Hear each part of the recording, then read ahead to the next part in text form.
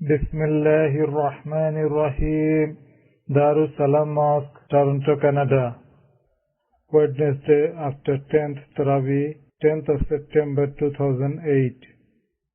Avoid the things that are supposed to be avoided during Ramadan to get full benefit of fasting. Consideration of different materials in Zakat. The bayan is presented by Hazrat Maulana Mufti Saeed Ahmed Palanpuri Shahid Damat Barakatuhu. Alhamdulillah.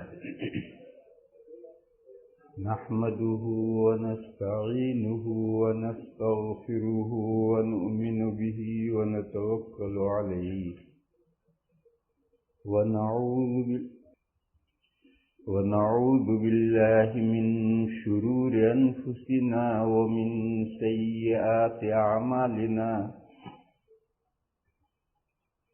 من يهده الله فلا مضل له ومن يضلله فلا هادي له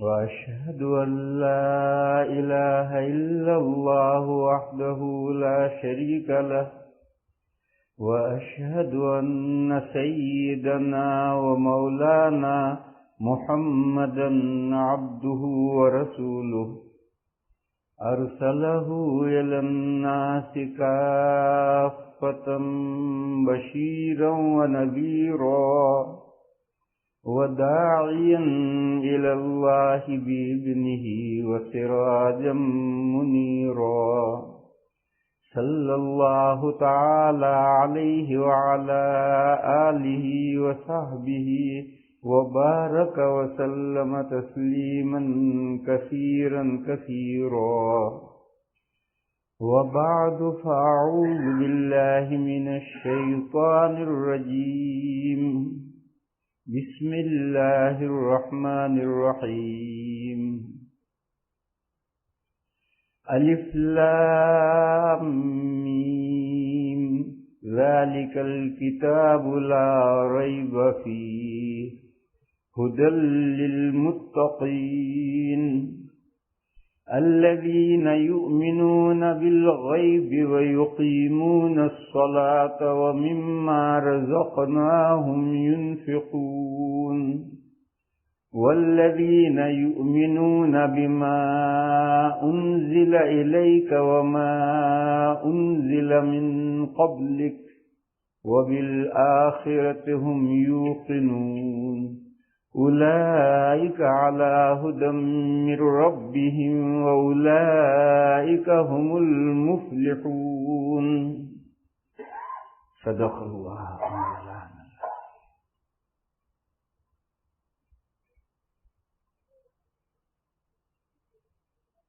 بزرگوں اور بھائیوں، اللہ تعالی نے دو قسم کی عبادتیں رکھی، بدنی اور مالی۔ بدنی وہ عبادتیں جن کا تعلق باڈی سے ہے، انسان کے جسم سے، بدن سے جن عبادتوں کا تعلق ہے وہ بدنی عبادتیں ہیں، یعنی اس عبادت میں بدن یوز ہوتا ہے، وہ بدنی عبادت ہے۔ اور یہ کوئی عبادتیں ہیں جو مالی ہیں، بدن یوز نہیں ہوتا، مال یوز ہوتا ہے۔ اور ایک تیسری قسم کی عبادتیں ہیں دونوں سے مرکب، کمبائنڈ، بدن بھی یوز ہوتا ہے، مال بھی یوز ہوتا ہے۔ تو دو کو سمجھ لو، تیسری خود ہی اس میں آئے گی۔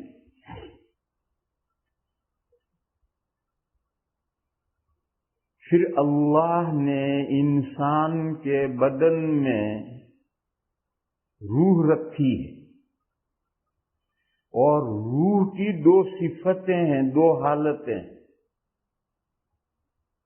ایک ملکیت اور ایک بہیمیت، ایک لمت خیر اور ایک لمت شر۔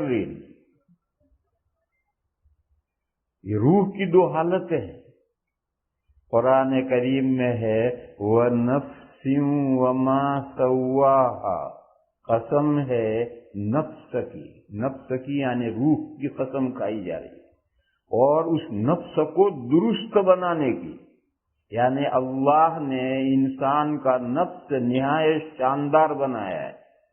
وَنَفْسٍ وَمَا سَوَّاهَا فَأَلْهَمَهَا فُجُورَهَا وَتَقْوَاهَا، بس اللہ نے اس نفس کی پرہیزگاری الہام کی اور اس نفس کی بدکاری الہام کی۔ وَنَفْسٍ وَمَا سَوَّاهَا فَأَلْهَمَهَا فُجُورَهَا وَتَقْوَاهَا، نفس کو دو باتیں اللہ نے الہام کی ہیں، ایک اس کی بدکاری الہام کی ہے اور اس کی نیکوکاری الہام کی ہے۔ یہی میں کہہ رہا ہوں روح کی دو صفتیں ہیں، ایک ملکیت ایک بہیمیت۔ ملکیت، ملک مانے فرشتہ، ملکیت یعنی فرشتوں جیسی ایبیلٹی، استعداد، اور بہیمیت، بہیمتن کے معنی جانور، اور بہیمیت یعنی جانوروں جیسی ایبیلٹی، تو یہ ایبیلٹی بھی اس میں رکھی، یہ بھی رکھی۔ قرآن کریم میں دوسری جگہ پر ہے وَهَدَيْنَاهُ النَّجْدَيْنِ، ہم نے انسان کو دونوں راہیں سجا دی، یہ نیکوکاری کی راہ ہے، یہ بدکاری کی راہ ہے، تجھے جس راہ پر چلنا ہو چل۔ اس نیکوکاری کی راہ پر چلے گا تو اس کے اینڈ پر جنت آئے گی، اور اس بدکاری کی راہ پر چلے گا تو اس کے اینڈ پر جہنم آئے گی۔ تجھے اللہ نے انسان کو دونوں راہیں سجا دی اور اسے اختیار دے دیا، تجھے اس راہ چلنا ہو اس راہ چل، اس راہ چلنا ہو اس راہ چل۔ یہ جو دو راہیں سجائی ہیں اس کا مطلب یہی ہے کہ انسان کی روح میں دونوں صلاحیتیں اللہ نے رکھ دی ہیں، نیک بننا چاہے نیک بنے، بد بننا چاہے بد بنے۔ نیکوکاری کی صلاحیتیں بھی رکھی ہیں، بدکاری کی صلاحیتیں بھی اس کے اندر رکھی ہیں۔ اب ضروری ہے کہ اللہ کی شریعت میں ایسے اعمال اور ایسی عبادتیں رکھی جائیں جو ملکیت، نیکوکاری کو بڑھاوا دیں اور بدکاری اور بہیمیت کو لگام دیں۔ ایسی دو طرح کی عبادتیں رکھنا ضروری ہے۔ چنانچہ نماز رکھی گئی ہے نیکوکاری کو بڑھاوا دینے کے لیے۔ نماز اسی لیے ہے کہ آدمی میں جو نیکی کا جذبہ اللہ نے رکھا ہے، لمت و خیرین جو اللہ نے جذبہ رکھا ہے، وہ ترقی کرے، بڑھے۔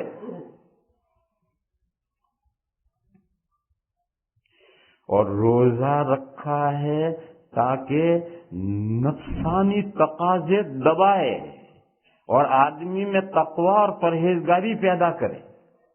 پرہیزگاری کب پیدا ہو؟ جب نفس کو لگام لگے گی، نفس کنٹرول میں آئے گا، نفس پر قابو پائے گا آدمی، اسی کا نام تقوی اور پرہیزگاری۔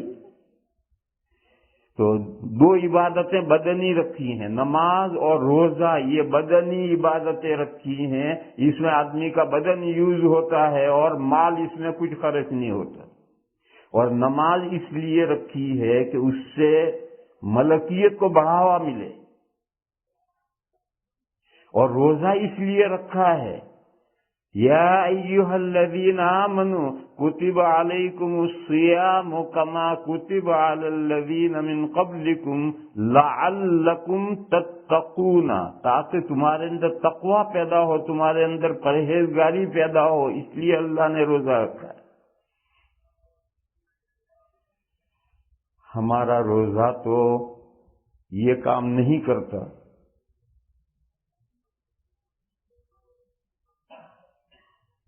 جواب یہ کہ کرتا ہے، آپ کو غلط فہمی ہے۔ ہمارا روزہ بھی، ہر شخص کا روزہ یہ کام کرتا ہے۔ آپ رمضان شروع ہونے سے پہلے اپنے نفس کی حالت کا جائزہ لیں، اور رمضان ختم ہونے کے بعد میں عید کے دن اپنے نفس کا جائزہ لیں، آپ اپنے نفس میں خود فرق محسوس کریں۔ تھوڑا زیادہ یہ تو الگ بات ہے، تھوڑا زیادہ تو الگ بات ہے، باقی ہر شخص فرق محسوس کرے گا۔ رمضان سے شعبان کی 29-30 تاریخ کو اس کے نفس کی جو حالت ہے وہ حالت اور ہوگی، اور 29-30 رمضان کے بعد پہلی شوال کو اس کے نفس کی حالت بدلی ہوئی ہر آدمی خود محسوس کرے گا۔ اور واضح طور پر ہر ایک کو کیوں نہیں محسوس، یہ غور کرو گے تو فرق محسوس ہوگا۔ واضح طور پر کیوں محسوس نہیں ہوتا؟ 2 وجہ سے۔ ایک تو یہ کہ ہم جہاں تک گنجائش ہوتی ہے انگلی ڈال کر دبا دبا کر کھاتے ہیں، افطاری میں بھی اور سحری میں بھی، جب تک ذرا بھی گنجائش ہے چھوڑتے نہیں۔ کہ انگلی دبا کر کیسے کھاتے ہیں؟ دیکھو مغرب میں کھایا، افطاری میں کھایا، نماز پڑھ کر فوراً بیٹھے، اور ذرا کمی ہوئی کہ تراویح کے بعد پھر بیٹھیں گے، اور انگلی دبا کر کے جتنی جگہ وہ بھرے رکھنا ہے، خالی نہیں ہونے دینا۔ میرے بھائیو، یہ جو صورت ہماری کھانے کی ہے، اس سے ہمارے روزوں کی ہمیں پوری نورانیت محسوس نہیں ہوتی۔ فضائل کی کتابوں میں، فضائل کی نہیں، حضرت شیخ قدس سرہ کی کتابوں میں ایک کتاب ہے اکابر کا رمضان، چھوٹا سا رسالہ ہے، اس رسالے میں پڑھو کہ اکابر رمضان میں افطاری کتنی کھاتے تھے، سحری کتنی کھاتے تھے، کیوں ان کا کھانے کو جی نہیں چاہتا تھا؟ چاہتا تھا، مگر روزوں کی نورانیت انہیں حاصل کرنی ہے۔ وہ روزوں کی نورانیت کم خوری میں ہے۔ ہم تو رمضان میں ہم دوسرے 11 مہینوں سے زیادہ کھاتے ہیں۔ تمہیں اللہ نے رزق دیا ہے تو روزوں کی حکمتوں میں سے ایک حکمت ہے غریبوں کی غریبی یاد کرنا، کہ ہم صبح سے شام تک بھوکے رہتے ہیں تو کیا حال ہو جاتا ہے۔ اللہ کے بہت سے بندے دنیا میں ایسے ہیں کہ جن کو 2 دن 3 دن کھانا نہیں ملتا ہے، ان کا کیا حال ہوگا؟ انہیں یاد کرو، اور تمہارے پاس بچے کھانا کم کھاؤ، رمضان میں یہ بچا ہوا ان غریبوں تک پہنچاؤ۔ مگر ہم تو ان غریبوں کو یاد ہی نہیں کرتے۔ پورے رمضان میں ہمیں غریب یاد آتے ہی نہیں، ہمارے پیٹ میں جتنی گنجائش ہو اتنا ہم تھورتے ہیں۔ تو ایک تو ہمیں جو روزوں کی نورانیت کم محسوس ہوتی ہے، اس کی ایک وجہ تو یہ ہے۔ دوسری وجہ، روزوں کو گناہوں سے اور لغویات سے پاک رکھنا ضروری ہے۔ آپ غسل خانے میں آپ کا آئینہ ہے، آپ ایگزاسٹر کھولے بغیر جا کر نہائیے، جب نہا کر کھڑے ہوں گے تو آئینہ سارا میلا ہو چکا ہوگا، آپ اپنے آپ کو اندر نہیں دیکھ سکیں گے آئینے میں۔ اور پہلے ایگزاسٹر کھول کے پھر نہائیے، نہا کر کھڑے ہوں گے تو آئینہ صاف ہوگا، آپ نظر آئیں گے۔ تو ہم نے ایگزاسٹر تو کھولا ہی نہیں، روزہ تو رکھتے ہیں، جھوٹ بولتے رہتے ہیں، گالیاں بکتے رہتے ہیں، دنیا بھر کی غیبتیں کرتے رہتے ہیں، الزامات لگاتے رہتے ہیں، تہمتیں لگاتے رہتے ہیں۔ صبح سے شام تک ہمارے بولنے کا ذرا جائزہ لو کہ ہم صبح سے شام تک کتنی غلط باتیں بولتے ہیں۔ تو آئینہ تو میلا ہو جائے گا، تو روزے کے انوار کہاں سے نظر آئیں گے؟ اسی لیے حدیث شریف میں فرمایا گیا کہ من لم یدع قول الزور والعمل به فلیس للہ حاجہ فی ان یدع طعامہ وشرابہ۔ جس نے روزے میں جھوٹی بات نہیں چھوڑی، غلط کام نہیں چھوڑا، تو اس کے کھانا پینا چھوڑنے کی اللہ کو کوئی حاجت نہیں۔ کھانا پینا چھوڑنے سے فائدہ کیا ہوا؟ تیرے کھانا پینا چھوڑنے کی اللہ کو کیا حاجت ہے؟ جو چھوڑنا چاہیے وہ تو چھوڑا نہیں تو نے۔ معلوم ہے کہ روزے میں صرف کھانا پینا چھوڑنا یہی مطلوب نہیں ہے، گناہوں سے بلکہ لغو باتوں سے، بیکار باتوں سے اپنے آپ کو بچانا ضروری ہے۔ جب ایسا جب آپ روزہ رکھیں گے تو پھر روزے کے انوار معلوم ہوں گے۔ تو ایک تو روزے میں ٹھیک ہے افطاری بھی ضروری ہے، سحری بھی ضروری ہے، ضروری کا مطلب یہ کہ استحباب کے درجے میں، لیکن کم خوری بھی مطلوب ہے۔ اسی اکابر کے رمضان میں لکھا ہے کہ بڑے حضرت شاہ عبد الرحیم صاحب رحمت اللہ علیہ پورے رمضان میں سحری میں صرف 1 فنجان چائے اور 1 انڈا نیم برشت، بس اتنا ہی، افطاری میں کچھ نہیں لیتے تھے، افطاری میں کچھ نہیں، سحری میں اتنا 1 انڈا اور 1 فنجان چائے لیتے تھے پورے مہینہ، اور فرماتے تھے کہ چونکہ صوم وصال سے حضور نے منع کیا ہے اس لیے اتنا لیتا ہوں، تاکہ 2 روزے جڑ نہ جائیں، 2 روزوں کو الگ الگ کرنے کے لیے صوم وصال مانے 2 یا زیادہ روزے جوڑ کر رکھنا، بیچ میں نہ افطار نہ سحری، اس سے حضور نے امت کو منع کیا ہے۔ تو فرمایا صوم وصال سے حضور نے منع کیا اس لیے اتنا لیتا ہوں، ورنہ مجھے اس کی بھی ضرورت نہیں ہے۔ تو کم خوری کا یہ حال تھا۔ خود نبی پاک صلی اللہ تعالی علیہ وسلم صوم وصال رکھتے تھے 15 دن کا 1 روزہ، آج سحری کی تو 15 دن کے بعد افطار ہوگا، 15 دن کا 1 روزہ صوم وصال نبی پاک صلی اللہ تعالی علیہ وسلم رکھتے تھے۔ صحابہ نے دیکھ کر صحابہ نے بھی شروع کیے تو حضور نے منع کیا۔ صحابہ نے عرض کیا انک تواصل یا رسول اللہ، آپ تو صوم وصال رکھتے ہیں، تو حضور نے فرمایا لست کاحدکم یطعمنی ربی ویسقینی، میرا معاملہ اور ہے تمہارا معاملہ اور ہے، میرا معاملہ اور ہے تمہارا معاملہ اور ہے، مجھے میرا رب کھلاتا پلاتا ہے، تمہیں کہاں کھلائے گا پلائے گا جو تم میری ریس کر رہے ہو، ہرس کر رہے ہو۔ حضور نے منع کیے، مگر اس کے باوجود حضرت فاروق اعظم 1 ہفتے کا روزہ رکھتے تھے۔ حضور کی وفات کے بعد حضرت فاروق اعظم 1 ہفتے کا روزہ رکھتے تھے، حضرت عائشہ بھی 1 ہفتے کا روزہ رکھتی تھی، حضرت عبداللہ ابن زبیر بھی 1 ہفتے کا روزہ رکھتے تھے۔ اور حضرت عائشہ نے فرمایا کہ حضور نے جو امت کے لیے امت کو منع کیا ہے وہ ابقاء علیہم، ان پر شفقت فرماتے ہوئے امت کو منع کیا ہے، ورنہ فی نفسی ہی جائز ہے۔ اس لیے حضرت عائشہ، حضرت عمر، حضرت عبداللہ ابن زبیر سب 1 ہفتے کا روزہ رکھتے تھے، تو کیا ان کے پاس کھانا نہیں تھا؟ نہیں، اس روزے کا ایک مقصد ہے اور وہ کم خوری ہے، اور روزے میں لغویات سے، فضولیات سے، گناہ تو گناہ ہیں، بیکار باتوں سے بھی اپنے روزے کو بچانا ہے۔ من حسن اسلام المرء ترکہ ما لا یعنیہ، مسلمان کے اسلام کی خوبی یہ ہے کہ وہ لا یعنی بیکار باتوں میں نہ پڑے۔ خیر، میں یہ کہہ رہا تھا کہ ہمارے روزوں میں جو انوار ہمیں کم محسوس ہوتے ہیں وہ ان 2 خرابیوں کی وجہ سے کم محسوس ہوتے ہیں، پھر بھی الحمدللہ کچھ نہ کچھ محسوس ہوتا ہے۔ آپ شعبان کی 30 میں اور شوال کی پہلی میں اپنے نفس کا جائزہ لیں، آپ کو اپنے نفس کے اندر فرق محسوس ہوگا۔ تو یہ روزہ جو بدنی عبادت ہے یہ خواہش پر، بہیمیت پر، لمت و شیء شرین پر کنٹرول کرنے کے لیے اور اس کو دبانے کے لیے ہے، تاکہ آدمی میں تقویٰ اور پرہیزگاری پیدا ہو۔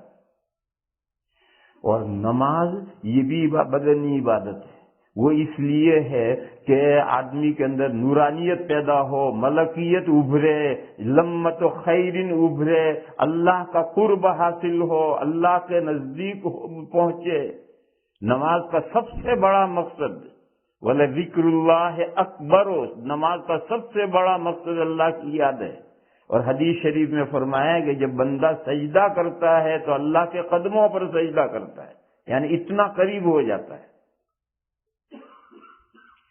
بہرحال 2 بدنی عبادتیں اس لیے رکھی، نماز کا مقصد یہ ہے، روزے کا مقصد یہ ہے، کوئی ایسی ایک بدنی عبادت نہیں ہے کہ جو دونوں مقصد حاصل ہوں، ایسی نہیں ہے، اس لیے عبادتیں 2 رکھی، اور مالی عبادت فقط 1 رکھی، کیونکہ مال میں ایسی 2 صفتیں نہیں ہیں، 2 مقصد نہیں ہیں، اس لیے مالی عبادت جو ہے فقط زکوٰۃ رکھی، اور صدقۃ الفطر اور نفلی خیرات یہ سب ایک ہی لائن کی چیزیں، مالی عبادت صرف زکوٰۃ رکھی۔ اور حج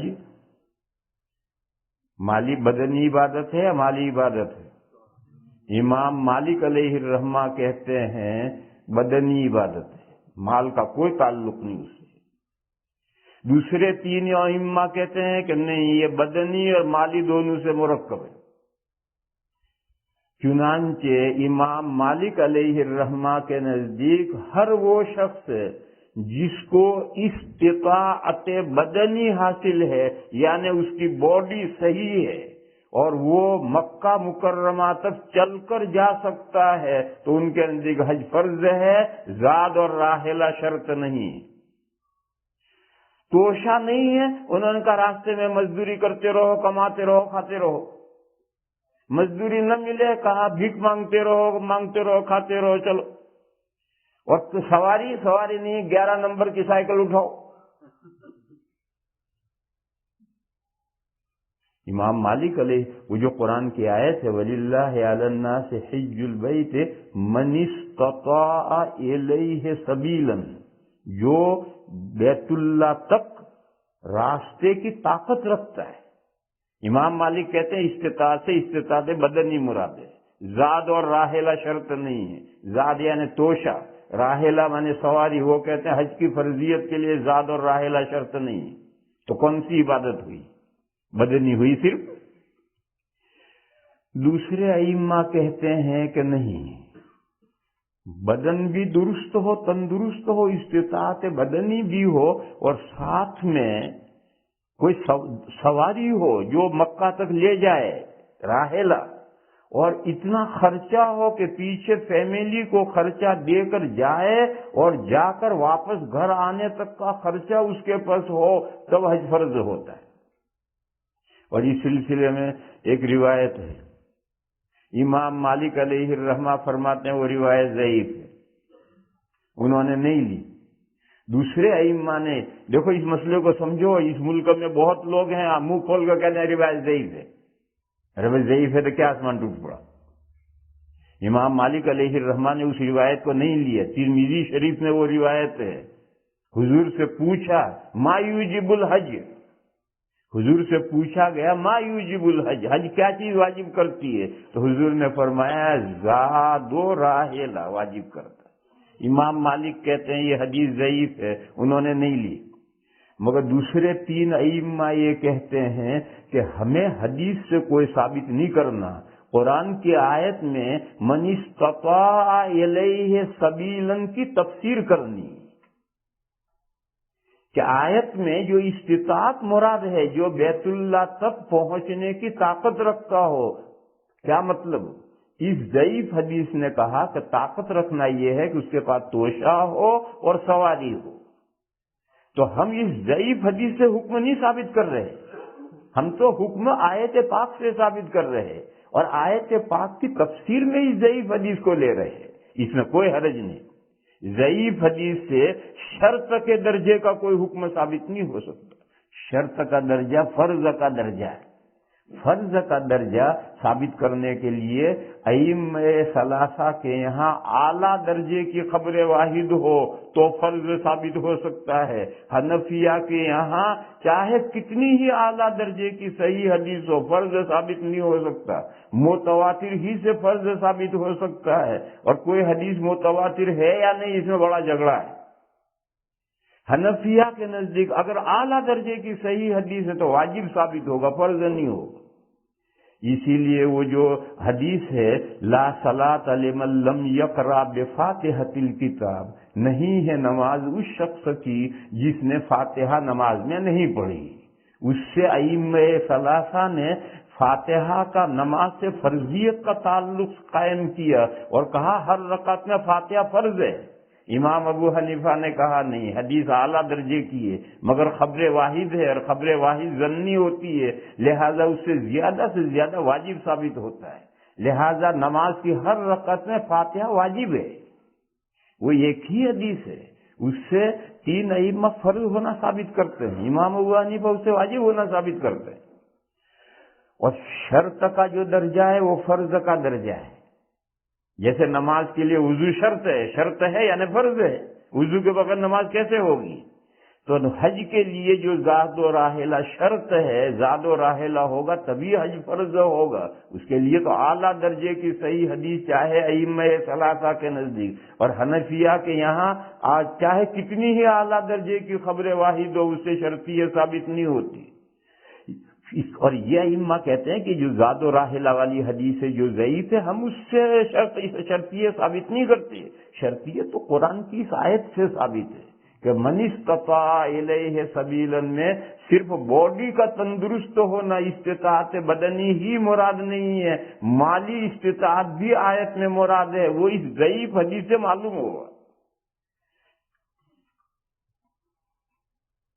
تو خیر، امام مالک علیہ الرحمہ کے نزدیک حج کمبائنڈ عبادت نہیں ہے، صرف بدنی عبادت ہے. وہ کہتے ہیں بدن درست ہے، حج فرض ہے، چاہے سواری نہ ہو، چاہے توشہ نہ ہو.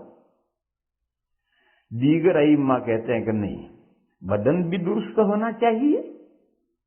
اگر آدمی اندھا ہے، لولا ہے، لنگڑا ہے، اپاہج ہے تو اس پر حج فرض. اور مال آ گیا حج فرض نہیں. حج اس وقت فرض ہوگا جبکہ تن درست ہو، باڈی درست ہو، اور پھر مال آئے تو حج فرض ہے. امام مالک کہتے نہیں، باڈی درست ہے حج فرض ہے، مال آئے نہ آئے. تو دوسرے تین ائمہ کے یہاں باڈی بھی درست چاہیے اور زاد و راحلہ آئے، مال آئے. معلوم ہوا بدنی اور مالی مرکب عبادت. تو خیر، میں یہ کہہ رہا تھا مجھے اس وقت حج سے کوئی بحث نہیں کرنی.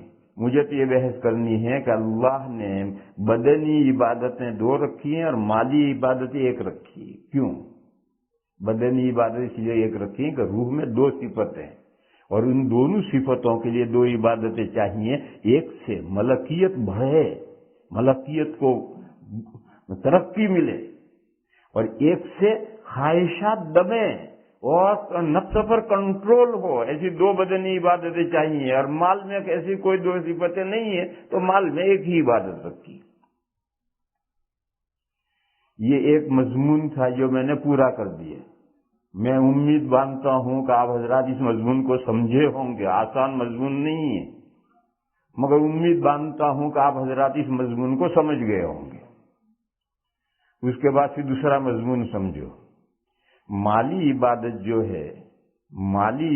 جو ہے اس میں شریعت نے کئی باتوں کا لحاظ کیا ہے. ایک بات تو اس کا لحاظ کیا ہے کہ وہ اموال جو عام طور پر جمہور کے پاس پائے جاتے ہیں انہی میں زکوٰۃ رکھی ہے. مخصوص آدمیوں کے پاس جو مال ہوتے ہیں ان میں زکوٰۃ نہیں کی. دیکھو، بکریاں ساری دنیا پالتی، گائیں بھینسیں ساری دنیا پالتی، اونٹ ساری دنیا پالتی. جہاں پالتے ہیں عرب میں، جن ملکوں میں پالتے ہیں سبھی پالتے ہیں. گولڈ، جب کرنسی گولڈ اور سلور تھی، اب تو گولڈ اور کرنسی سلور، اب تو گولڈ اور سلور کرنسی نہیں رہی. لہذا آپ میں سے ہر ایک کے پاس ضروری نہیں ہے کہ گولڈ اور سلور ہو. آج یہ ضروری نہیں ہے. لیکن جب گولڈ اور سلور ہی کرنسی تھی تو ہر ایک کے پاس تھی. کسی گولڈ تھا، کسی کے پاس سلور تھی، کسی کے پاس دونوں تھے. دونوں کرنسیاں چلتی تھی. جیسے کویت میں درہم بھی چلتا ہے، دینار بھی چلتا ہے. یہ تو اب تو کاغذ کی نوٹیں ہیں، لیکن درہم چاندی کا ہوتا ہے اور دینار سونے کا ہوتا ہے.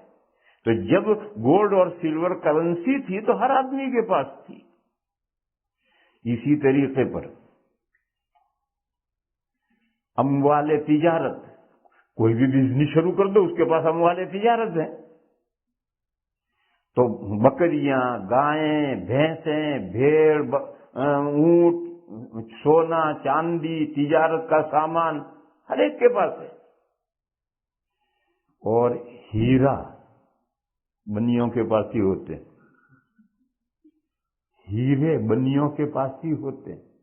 ہم نے تو اتنی زندگی 70 سال ہونے آئے، ہم نے تو ہیرے کی شکل بھی نہیں دیکھی. اور بڑی قیمت ہوتی ہے ہیروں کی، مگر اس میں زکوٰۃ نہیں رکھی. کیوں؟ کہاں ہر ایک کے پاس ہیرے کہاں ہوتے ہیں؟ کئی لاکھوں میں سے کسی ایک کے پاس ہیرا ہوگا. آج بھی ہیں ہیرے کچھ لوگوں کے پاس. دیکھو ہیرے اگر بزنس کے لیے ہیں تو اس میں زکات ہے. بزنس کے لیے نہیں ہے. ایک نے انگوٹھی میں لگایا پہن رکھا ہیرا, چاہے وہ کتنی ہی قیمت کا ہو, اس میں زکات نہیں ہے, کیونکہ ہیرا ہر ایک کے پاس نہیں ہوتا. تو زکاتیں جو شریعت نے فرض کی ہیں اس میں اس کا لحاظ کیا ہے کہ جو اموال عام طور پر لوگوں کے پاس ہوتے ہیں انہی کے اندر زکاتیں رکھی ہیں. کہ مخصوص لوگوں کے پاس میں جو اموال ہوتے ہیں ان میں زکاتیں نہیں رکھی. دوسری بات, زکات فرض کرتے وقت غنا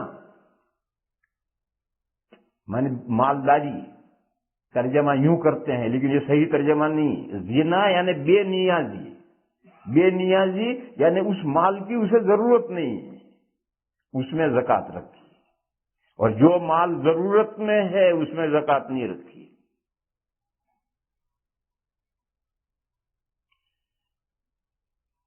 یہ جو میں نے چند مال گنا ہے جو عام طور پر لوگوں کے پاس ہوتے ہیں, اور آپ یہ کہیں کہ کسانوں کے پاس میں زمین اور زمین کی پیداوار ہے ان میں بھی زکات رکھی ہے, عشر ان میں بھی ہے.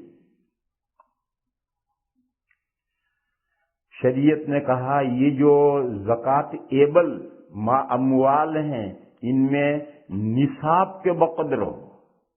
$10 جیب میں ہے تو کوئی مالدار ہو گیا, بے نیازی ہوگی. ایک معتد بھی رقم ہوگی تو اس کے پاس بے نیازی.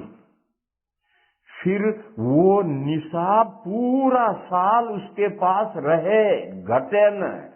اس کا مطلب ہے کہ اس کی آمدنی, آنا جانا, خرچہ یہ اوپر ہو رہا ہے, وہ نصاب پورا سال باقی رہا, گھٹا نہیں ہوا. نصاب کا نہ گھٹنے کا مطلب ہے کہ اس کی ضرورت سے زائد ہے. ہمارے ایک دوست ہیں, غائب ہو گئے ہیں یا نظر نہیں آ رہے. انہوں نے مغرب بعد ایک اشکال کیا تھا. انہوں نے مجھ سے اس کا مسئلہ پوچھا کہ ایک آدمی کے پاس $1500 ہے. آج عید کی رمضان کی عید پر یا رمضان کی پہلی تاریخ کو اس کا سال پورا ہوا اور اس کے پاس $1500 ہے, مگر ایک مہینے کے بعد تو مورگیج بھرے گا یا مکان کا کرایہ دے گا اور $1000 تو اس میں سے 1100 تو نکل گئے, پیچھے 300-400 رہے, کیا مالداری ہوئی.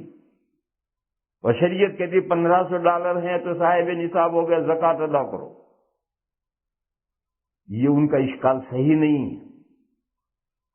جس دن سال پورا ہوا ہے اس دن $1500 ہونے سے زکات نہیں آتی ہے.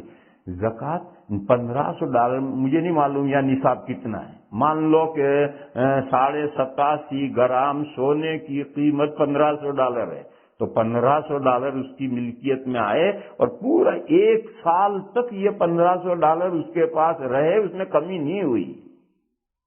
تو پھر پورے سال اس نے گزارا کیسے کیا؟ اور آمدنی آتی ہے, کھاتا ہے, آتی ہے, کھاتا ہے, کرایہ دیتا ہے, مورگیج بھرتا ہے. اور یہ $1500 یا $2000 جو اس کی بینک میں ہے یا بکس میں ہے, یہ مسلسل سال بھر اس کی ملکیت میں رہے, تب سال پورا ہونے پر اس میں زکات آتی.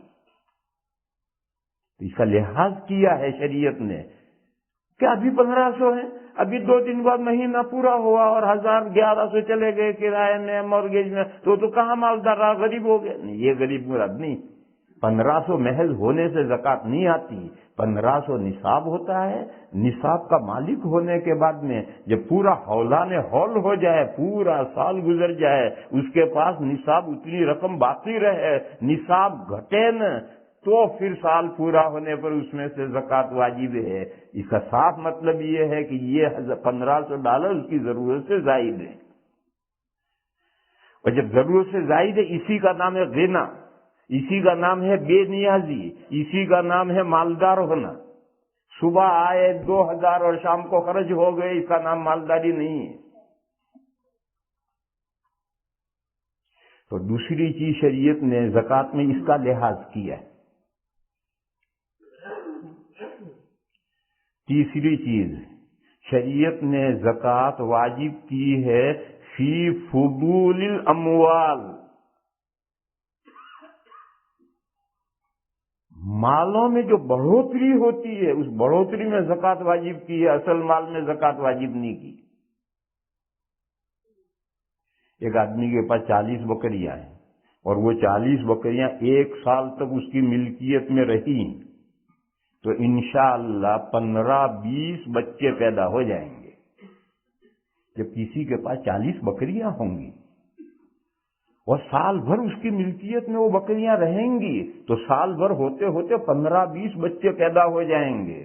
اب شریعت کہتی ہے جب سال پورا ہو تو 1 بکری زکوٰۃ میں دو. تو 20 بچے پیدا ہو گئے، 20 بکریاں بڑھ گئی. اگر شریعت نے 1 بکری دلوائی تو کیا پریشانی کھڑی ہوئی؟ 40 بکریاں آئی اور فوراً کا 1 بکری دو، نہیں. 40 بکریاں تمہاری ملکیت میں 1 سال رہیں تو سال پورا ہونے پر 1 بکری دینی.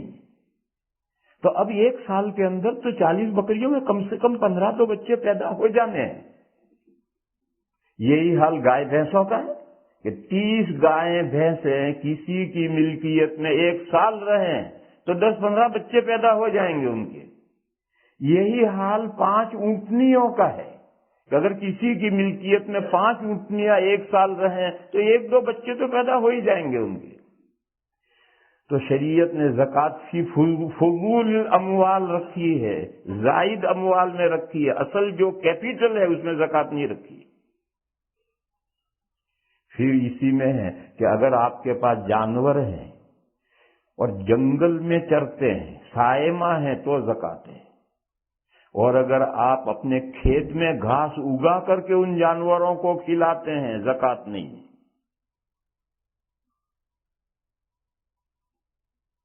یا چارہ خرید کر لا کر کے بکریوں کو، بھینسوں کو، گایوں کو، اونٹ کو کھلاتے ہیں، زکوٰۃ واجب نہیں. کیونکہ 4-5 بچے پیدا ہوں گے تو اتنا تو کھا گئے ہو. تو اس کو علوفہ کہتے ہیں. جن جانوروں کو چارہ دیا جائے اس میں نہیں. اسی طرح سے عوامل، جو جانور آپ استعمال کرتے ہیں، سواری میں استعمال کرتے ہیں، ہل میں استعمال کرتے ہیں، بیل گاڑی میں استعمال کرتے ہیں، اس میں کوئی زکوٰۃ نہیں. کہ اگر وہ اونٹنی ہو، مادہ ہو، بھینس ہو، بھینس بھی بہت سی جگہ ہل میں چلتی، ان میں زکوٰۃ نہیں. کیوں؟ وہ کام کرنے والی ہے، اور جو کام کرنے والی عورتیں ہیں وہ بچے نہیں ہونے دیتی. وہ ہو جائے زبردستی بچہ تو الگ بات ہے، باقی جو کام کرنے والی عورتیں بچے نہیں ہونے دیتی. تو جو مادہ جانور ہمیں اونٹ گاڑی میں چلانا ہے، اونٹنی کو اونٹ گاڑی میں چلانی، جس کو بیل گاڑی میں، جس بھینس کو ہل میں چلانا ہے، وہ گابن ہوگی، بچہ دے گی تو پھر ہماری گاڑی کون کھینچے گا، ہل کون کھینچے گا؟ اس کو گابن نہیں ہونے دیں گے. اور وہی آج کل بھی ہے، جو عورتیں جاب پر ہوتی ہیں وہ حمل نہیں ٹھہرنے دیتی. حمل ٹھہریں گے تو آمدنی کو کام ختم ہو جائے گا. اس لیے شریعت نے بھی جو عوامل ہیں، جو جانور کام میں استعمال ہوتے ہیں، ان میں زکوٰۃ نہیں. کیوں؟ بڑھیں گے کہاں؟ وہ بڑھیں گے تو سائمہ. اور جو جانور چارہ لا کر کھلایا جاتا ہے وہ جتنا بڑھیں گے اتنا خرچہ ہو جائے گا. تو علوفہ جن کو چارہ کھلایا جاتا ہے ان میں زکوٰۃ نہیں. عوامل جن کو کام میں استعمال کیا جاتا ہے ان میں زکوٰۃ نہیں، فری ہیں. اور جنگل کی جو سرکاری مباح گھاس ہے وہ گھاس چر کر کے گزارا کرتے ہیں تو سال پورا ہونے کے بعد ان میں زکوٰۃ ہے. تو دیکھو شریعت نے کس کس طریقے سے لحاظ کیا ہے کہ اصل کیپیٹل میں، اصل سرمایہ میں سے زکوٰۃ نہ لی جائے، فضول الاموال میں سے زکوٰۃ لی جائے.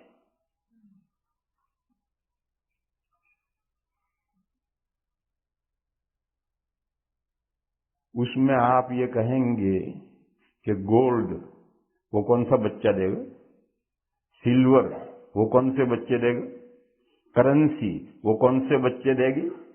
ہاں، تجارت کا جو مال ہے وہ بڑھتا ہے، لیکن یہ شریعت نے ان میں نما تقدیری مانا ہے کہ تم گولڈ کو رکھتے کیوں، کاروبار میں لگاؤ. دیکھو پہلے گولڈ کرنسی تھی تو گولڈ بھی کرنسی ہے، سلور بھی کرنسی ہے، اور اب جو بینک نوٹ آئے یہ بھی کرنسی ہے. کرنسی رکھنے کے لیے نہیں، کرنسی کو کام میں لگاؤ، بڑھاؤ.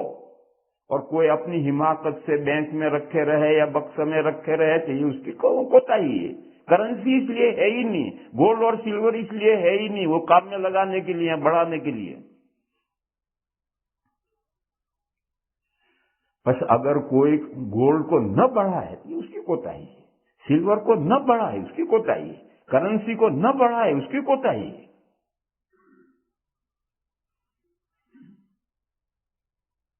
کرنسی کو بڑھاؤ گے نہیں تو یہ تو انفلیشن ہوتا رہتا ہے، ڈویلیشن ہوتا رہتا ہے.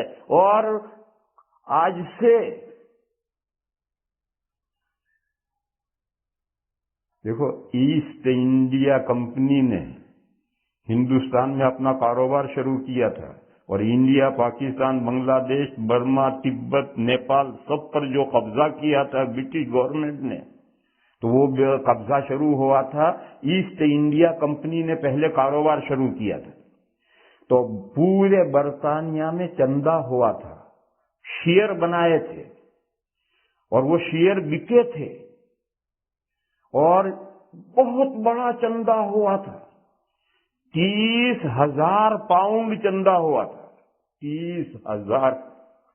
اس 30,000 سے 20 جہاز خریدے تھے، اور 20 جہاز بھر کر مال خریدا تھا اس 30,000 پاؤنڈ میں. اور یہ 20 جہاز سب سے پہلے ہندوستان گئے تھے، مدراس پر اتر کر انہوں نے کاروبار شروع کیا تھا. آج 30,000 پاؤنڈ میں ایک کمرہ بھی نہیں آتا، ایک گاڑی بھی نہیں آتی. اب ایک زمانے میں 30,000 پاؤنڈ سے 20 پانی کے جہاز خریدے تھے اور وہ بھر کر مال لے کر گئے تھے.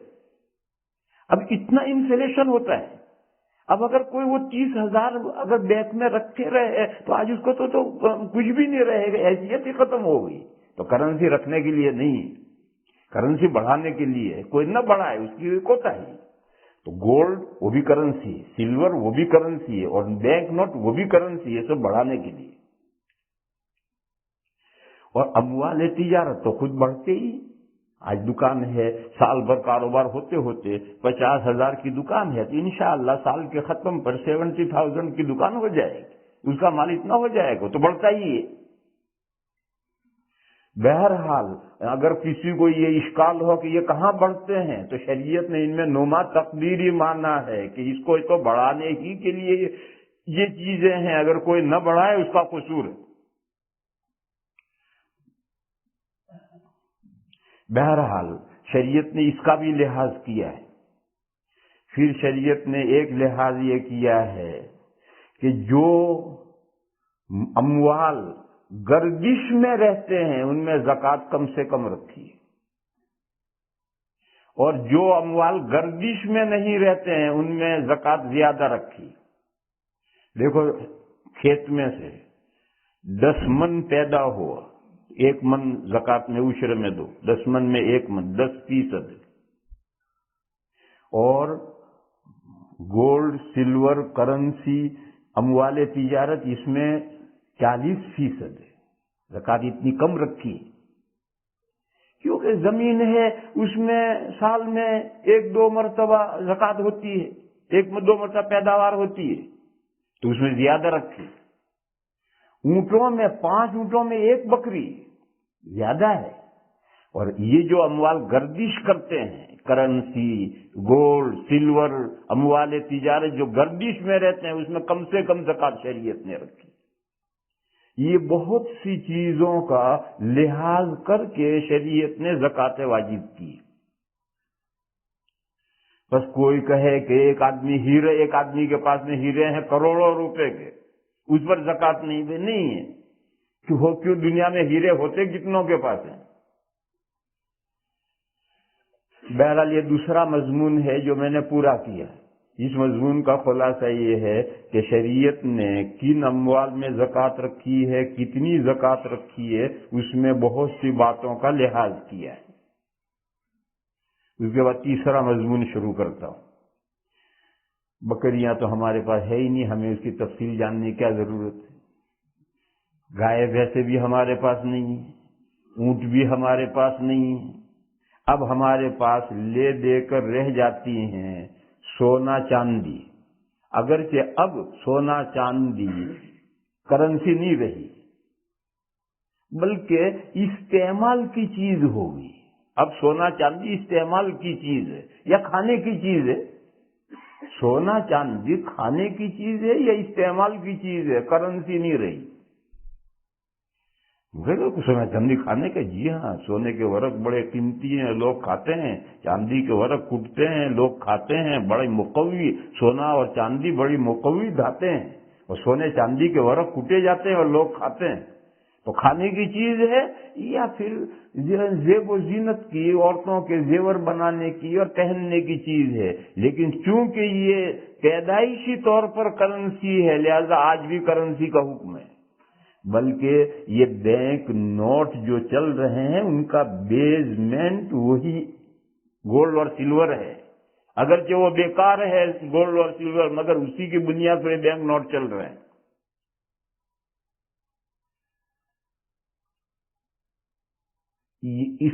یہ بھی کوئی اس کی تفصیل بھی نہیں جاننی. اگر کسی کے پاس میں صرف چاندی ہے اور کچھ نہیں ہے، ایسا ہوتا نہیں. جب سے یہ کرنسی آ گئی ہے ایسا ہوتا نہیں. پہلے جب چاندی اور سونا ہی کرنسی تھی اس وقت ایسا ممکن تھا کہ ایک آدمی کے پاس میں چاندی ہی درہم ہی ہے، سونا ہے ہی نہیں. تو پھر اس کا نصاب تھا 612 گرام چاندی. یہی 200 درہم ہے، یہی 52.5 تولہ ہے. 52.5 تولہ جو کتابوں میں لکھے تھے وہ اب ہو گئے 612 گرام چاندی. اور اگر کسی کے پاس میں صرف گولڈ ہے، ایسا ہوتا نہیں. اب جب بینک نوٹ کرنسی بن گئے تو ایسا نہیں ہو سکتا ہے کہ کسی کے پاس صرف گولڈ ہو اور $1 بھی نہ ہو، ایسا نہیں ہوئے. لیکن پہلے جب کہ سونا چاندی ہی کرنسی تھی اس وقت میں ایسا ممکن تھا کہ ایک آدمی کے پاس میں سلور ہے ہی نہیں، صرف گولڈ ہی ہے، دینار ہی ہے. تو اس وقت سونے کا کیا نصاب تھا؟ اس وقت ایک رائے یہ تھی کہ سونا چاندی پر محمول ہے، یعنی 612 گرام چاندی کی قیمت کے بقدر سونا ہو تو صاحب نصاب ہو گئے. سونے کا کوئی نصاب نہیں. حضرت شاہ ولی اللہ صاحب علیہ الرحمہ کی حجت اللہ میں یہی رائے ہے، اور متقدمین میں بھی کئی آدمی گزرے ہیں ان کی یہی رائے تھی کہ شریعت نے سونے کا کوئی نصاب نہیں بنایا، بلکہ سونا محمول ہے چاندی پر. جو چاندی کا نصاب شریعت نے اصل بنایا 200 درہم نصاب بنایا ہے. تو 612 گرام چاندی کی قیمت کے بقدر سونا ہو جائے تو زکوٰۃ واجب ہے. اور نبی پاک صلی اللہ تعالی علیہ وسلم کے زمانے میں جو ایکسچینج ہوتا تھا تو 1/10 کا تھا. 1 دینار کے 10 درہم آتے تھے. تو 20 مثقال یعنی 20 دینار جو حدیثوں میں آتے ہیں وہ 200 درہم کا ایکسچینج تھا. بعد میں یہ ایکسچینج بدل گیا،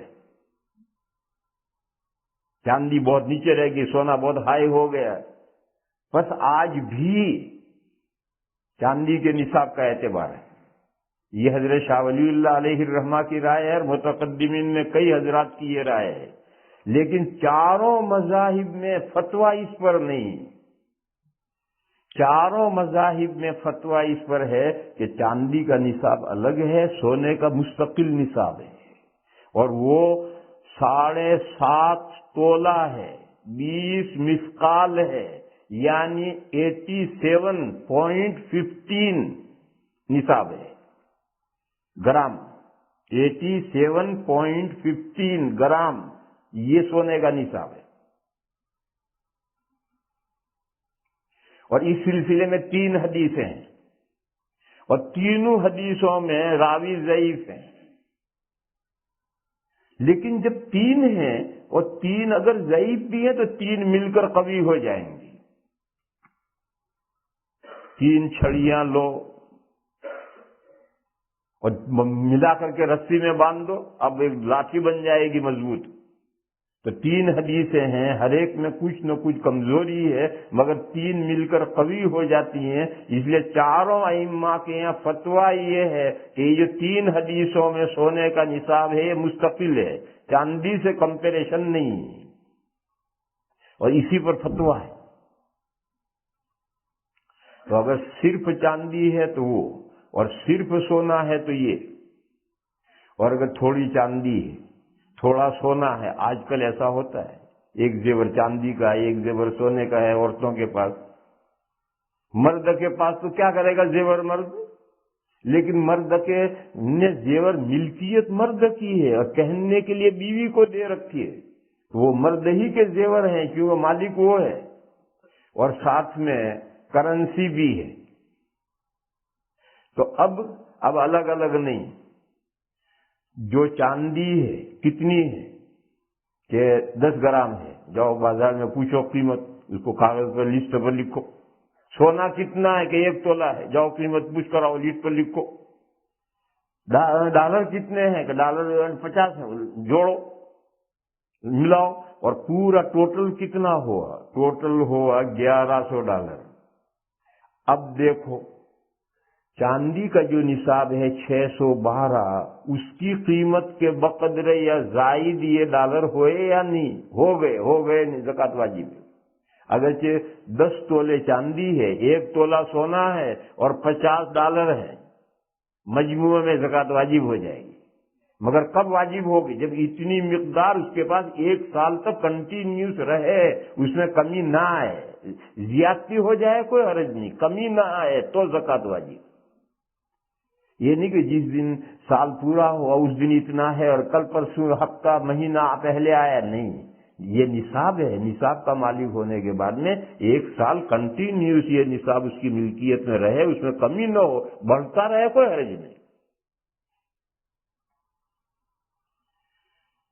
اب مسئلہ رہتا ہے، یہ تو سمجھ میں آ گیا، یہ تو آپ کے لیے کوئی پریشان کن مسئلہ نہیں ہے۔ آج اگر کسی کے پاس تھوڑا سونا ہے، تھوڑی چاندی ہے اور ڈالر ہے، تو لسٹ بناؤ، اس میں سب کو تینوں کو جوڑو، اور اب سونے کے نصاب کا اعتبار نہیں ہوگا، اب چاندی کے نصاب کا اعتبار ہوگا۔ یہ کہتے ہیں عام فتویٰ، چاروں ائمہ کے یہاں یہی فتویٰ ہے کہ اب چاندی کے نصاب کا اعتبار ہوگا، سونے کے نصاب کی قیمت نہیں۔ مگر میں نے جب خود کرنسی میں، ہیوی کرنسی میں گولڈ کے نصاب کا اعتبار کر لیا، تو میں یہاں بھی گولڈ کا ہی اعتبار کرتا ہوں کہ آپ کے پاس مجموعہ کتنا ہوا، 87.5 گرام گولڈ کے بقدر ہو گیا، اور اتنی مالیت پورا سال آپ کے پاس رہی تو زکوٰۃ ہوگی۔ چاندی کے نصاب کا اعتبار میں نہیں کرتا ہوں، لیکن فتویٰ یہ نہیں ہے، چاروں ائمہ کے یہاں فتویٰ یہ ہے کہ چاندی کے نصاب کا اعتبار۔ اب اس کے بعد مسئلہ رہتا ہے اموال تجارت کا۔ اموال تجارت بھی اسی گروپ میں ہے۔ دیکھو، اونٹوں کا گروپ الگ ہے، گایوں بھینسوں کا گروپ الگ ہے، بکریوں کا گروپ الگ ہے۔ اونٹوں کا نصاب 5 اونٹ ہے، اگر کسی کے پاس 4 اونٹ ہے کوئی زکوٰۃ نہیں۔ گایوں بھینسوں میں نصاب 30 ہے، اگر کسی کے پاس 25 گائیں بھینسیں ہیں کوئی زکوٰۃ نہیں۔ بکریوں کا نصاب 40 ہے، کسی کے پاس 35 بکریاں ہیں کوئی زکوٰۃ نہیں۔ اگر ایک آدمی کے پاس 4 اونٹ ہیں، 25 گائیں بھینسیں ہیں اور 35 بکریاں ہیں، کچھ نہیں۔ یہ الگ الگ گروپ ہیں، ان کو ایک دوسرے کے ساتھ ملائیں گے نہیں۔ اور 4 چیزوں کا ایک گروپ ہے، سونا، چاندی، کرنسی اور اموال تجارت، یہ ایک گروپ ہے، ان کو آپس میں ملائیں گے۔ تو سونا، چاندی اور کرنسی کو کیسے ملائیں گے وہ میں نے بتلایا ہے۔ اب اموال تجارت کی تھوڑی تفصیل ہے، کیونکہ بہت سی چیزیں آدمی خریدتا ہے کرائے پر دینے کے لیے، بہت سی جائیداد پراپرٹی خریدتا ہے بیچنے کے لیے، دکانوں کے اندر جو مال ہوتا ہے وہ کبھی آیا اور مہینے میں بک جاتا ہے، کبھی آیا اور 2 سال تک پڑا رہتا ہے، اس کی بہت لمبی تفصیل ہے۔ اس لیے اموال تجارت میں جو زکوٰۃ کی تفصیلات ہیں وہ انشاءاللہ کل بیان کروں گا۔ وآخر دعوانا